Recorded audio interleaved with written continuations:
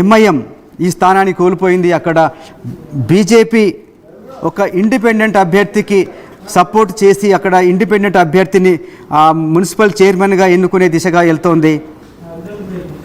Right, బైన్సాకు సంబంధించి రిజల్ట్స్లో చూస్తే బైన్సాలో మొత్తం 26 వార్డులు ఉన్నాయి. 26 వార్డుల్లో 14 వార్డులో మ్యాజిక్ ఫిగర్ వస్తే ఆ చైర్పర్సన్ పీఠాన్ని వాళ్ళు దక్కించుకోవడానికి అవకాశం ఉంటుంది. అంతా ఏమనుకున్నారంటే బైన్సాలో ఎంఐఎం అండ్ ఇతరులతో కలిసి అక్కడ పీఠం దక్కించుకుంటాయనుకున్నారు. కానీ ఇక్కడ బీజేపీ చక్రం తిప్పింది. ఆ బీజేపీ చక్రం వ్యూహానికి ఎంఐఎం అక్కడి నుంచి పరారైపోయింది. ఆ ఎంఐఎం కంచుకోటని బద్దల కొట్టడానికి బీజేపీ చాలా ఒక వ్యూహంగా ముందుకు వెళ్ళిందని చెప్పాలి. సో దాంట్లో 7 ఇండిపెండెంట్లో నుంచి ఒక వ్యక్తికి మేము చైర్పర్సన్ పీఠాన్ని ఇస్తామని చెప్పి బీజేపీ వాళ్ళకున్నటువంటి 6 స్థానాలు ప్లస్ అటు 7 మొత్తంగా వాళ్ళందరినీ కలిపి అక్కడ బీజేపీ వ్యూహం రచించి ఆ బీజేపీ ఇండిపెండెంట్ అభ్యర్థులకు సపోర్ట్ చేసి అక్కడ స్థానం దక్కించుకొని చెప్పాలి. ఇక్కడ కాంగ్రెస్ కేవలం 1 స్థానం మాత్రమే గెలిచింది. బీఆర్ఎస్ పార్టీ 0, బీజేపీకి 6 అండ్ ఇతరులు 7. బీజేపీ మద్దతు ప్లస్ ఎక్స్-అఫీషియో ఓటు. ఎక్స్-అఫీషియో ఎవరు ఇక్కడ? రామారావు పాటిల్. సో రామారావు పాటిల్ ఉన్నారైనా బైన్సాకు సంబంధించి ఎమ్మెల్యే. ఆయన ఎక్స్-అఫీషియో ఓటు కీలకంగా అయిపోయి 7 + 6 13 అండ్ ప్లస్ ఎక్స్-అఫీషియో ఓటు 14 14 మందితో కలిసి మజ్లీస్ పార్టీని పక్కన పెట్టి మజ్లీస్ పార్టీని అక్కడ కొంత చక్రవ్యూహంతో పక్కకు నెట్టేసి బీజేపీ దక్కించుకుంది. సార్ ఇంట్రెస్టింగ్గా సో ఇక్కడ వ్యూహం రచిందని చెప్పి బైన్సా కథంలో ఎంఐఎం కంచుకోట లాంటిది. బైన్సా వేదికగా చాలా సంచలనాలు. బైన్సాలు ఎప్పుడు చూసినా కర్ఫ్యూ విధిస్తూ ఉంటారు, ఇంటర్నెట్ ఆఫ్ చేస్తూ ఉంటారు, చిన్న చిన్న వాటి గొడవలు జరుగుతూ ఉంటాయి.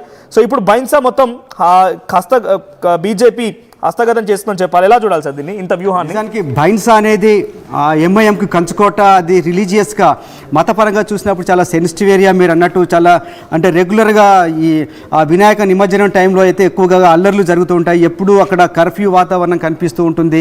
అక్కడ ముస్లిం పాపులేషన్ కూడా ఎక్కువ ఉంది. ఎప్పుడు కూడా బైన్సా అనేది ఎంఐఎంకు కంచుకోటగా ఉంది. గత ఎన్నికల్లో ఎంఐఎం 15 స్థానాల్లో గెలిచి 15 వార్డుల్లో గెలిచి, ఎందుకంటే ఇక్కడ 26 వార్డులు ఉన్నాయి. 14 వార్డుల్లో గెలిస్తే చాలు మ్యాజిక్ ఫిగర్కు చేరుకున్నట్టు అవుతుంది. గత ఎన్నికల్లో 15 స్థానాలు గెలిచి వన్ సైడెడ్గా విజయం సాధించి బైన్సాలో ఎంఐఎం జెండా ఎగరవేసింది. కానీ ఈసారి 12 స్థానాలకే పరిమితమైంది. మొత్తం 14 స్థానాలు రావాల్సిన బైన్సాలో ఎంఐఎం ఈసారి 12 స్థానాలకు పరిమితమైతే చాలా నెక్ టు నెక్ ఫైట్. అంటే మనం మొత్తం రాష్ట్రంలో కూడా బైన్సాలోనే చూస్తాం మనోజ్. ఎందుకంటే ఒక విషయం చూడండి, ఇక్కడ కాంగ్రెస్కి ఇక్కడ 1 సీటు గెలుచుకుంది. కాంగ్రెస్ 1 వార్డు గెలుచుకుంటే ఎంఐఎం 12 స్థానాల్లో గెలుచుకుంది. అంటే మొత్తం 26లో 13 స్థానాలు కాంగ్రెస్ అండ్ ఎంఐఎంకు దక్కాయి.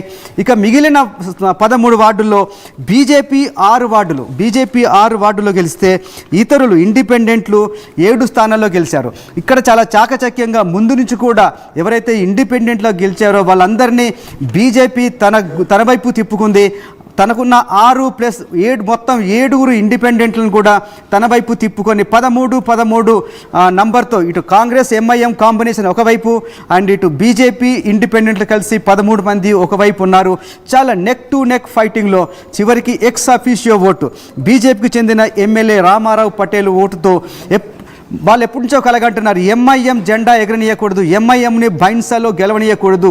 బైన్సాలో వాళ్ళ అధికారాన్ని పక్కన పెట్టడం ద్వారా ఇక్కడ ఏదైతే ఈ సెన్సిటివ్ ఏరియా ఉందో, ఎప్పుడైతే ఇక్కడ వాళ్ళ ప్రాబల్యాన్ని తగ్గించాలని మొదటి నుంచి కూడా బీజేపీ ఒక స్కెచ్ వేసింది.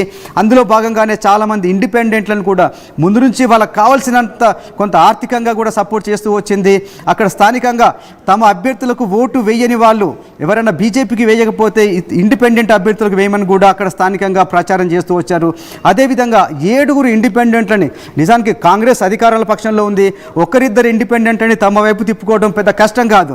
కానీ ముందు నుంచి కూడా బీజేపీ ఒక వ్యూహాత్మకంగా 7 ఇండిపెండెంట్లని తన వైపే తిప్పుకుంది.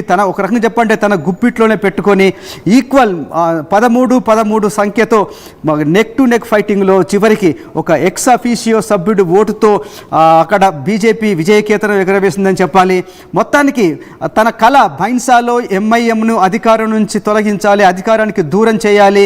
ఎందుకంటే అధికారం ఉండటం వల్ల అక్కడ తమకు సంబంధించిన రాజకీయాలు నడవటం లేదు, తమకు చాలా మతపరంగా కానీ లేదా లా అండ్ ఆర్డర్ పరంగా చాలా సమస్యలు వస్తున్నాయి. కాబట్టి ఎంఐఎంని దూరంగా పెట్టాలి అనే బీజేపీ చాలా వ్యూహాత్మకంగా ముందు నుంచే ఇండిపెండెంట్లని తనతో పాటు కలుపుకొని వచ్చి చివరికి తనకు కావాల్సిన ఫలితం దక్కేలా చేయగలిగింది. మనోజ్, రైట్, ఇప్పటి వరకు అనౌన్స్ అయినటువంటి రెండింట్లో అధికారిక ప్రకటించిన దాంట్లో ఒకటి రెండు బీజేపీ త్వరగా మున్సిపాలిటీ కార్పొరేషన్కి సంబంధించి కరీంనగర్ మున్సిపల్ కార్పొరేషన్ని దక్కించుకుంది. ఇటు అనూహ్యంగా బైన్సాలో మజ్లీస్ కంచుకోటని బద్దల కొట్టేసింది.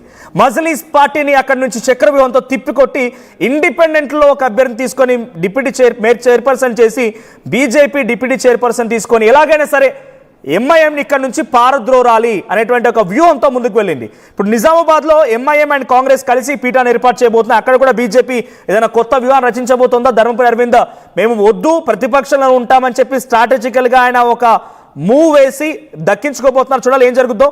బిఫోర్ దాట్ బైన్సాకు సంబంధించి మరిన్ని అప్డేట్స్ ప్రతినిధి రవినాయక్ సిద్ధంగా ఉన్నారు లైవ్లో. రవినాయక్, బైన్సాలో ఎంఐఎం పార్టీ కంచుకోటలు బద్దలైపోయాయి. మజ్లీస్ పార్టీని అక్కడి నుంచి బీజేపీ పక్కకి పారద్రోలింది. సో ఎప్పుడు నిత్యం కర్ఫ్యూ ఉండేటువంటి ఆ ప్రాంతంలో బీజేపీ జెండా పాతింది, చాలా వ్యూహాత్మకంగా ముందుకు వెళ్ళింది. ఎలా చూడాలి?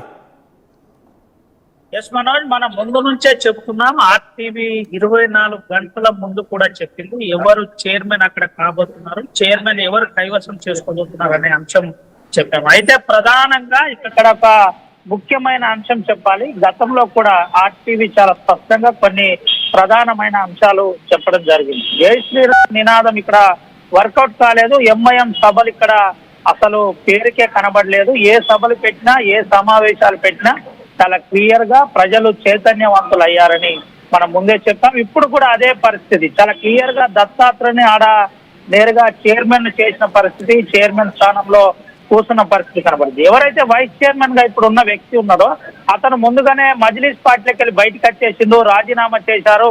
అక్కడ ఇద్దరు ఎవరైతే ముస్లిం కమ్యూనిటీకి సంబంధించిన ఇద్దరు కౌన్సిలర్ ఉన్నారో వాళ్ళు నేరుగా ఎలక్ట్ అయిన తర్వాత చాలా స్పష్టంగా చెప్పారు, మేము ఎక్కడ కూడా ఎంఐఎం పార్టీకి సపోర్ట్ చేయం, మేము ఇటు అట్లానే బీజేపీ పార్టీకి కూడా సపోర్ట్ చేయమని చెప్పారు. ఇక్కడ కైవసం చేసుకుంది, మళ్ళీ చెబుతున్నాను, బైన్సాకు సంబంధించి చైతన్యవంతమైన ఓటర్లు ఎవరైతే సెలెక్ట్ చేసిన ఇండిపెండెంట్ ఉన్నారో వారినే చాలా క్లియర్ గా సెలెక్ట్ చేస్తున్నట్టు మనకు కనబడుతుంది. అదే ఇప్పుడు జయకేతనం ఎగిరేసింది ఇండిపెండెంట్లు 7 కలిసి. మళ్ళీ చెబుతున్నాను, ఇండిపెండెంట్లు 7 కలిసి చాలా క్లియర్ గా అక్కడ చైర్పర్సన్ స్థానాన్ని కైవసం చేసుకున్నారు. ముందే చెప్పారు, వస్తారా మాతోటి రండి, లేదు అంటే మళ్ళీ ఎన్నికలకు పోదాం, ఇక్కడ ఇంతకు ముందు చెప్పినట్టుగా కర్ఫ్యూ వాతావరణం ఏర్పాటు చేసే పరిస్థితి అసలే ఉండదని చెప్పకనే చెప్పిన పరిస్థితి కనబడింది. అయితే దీనికి అన్నిటికీ కారణం 10 సంవత్సరాల నుంచి వరుస కృషి. దాని అనంతరం మళ్ళీ ఇటీవల వచ్చిన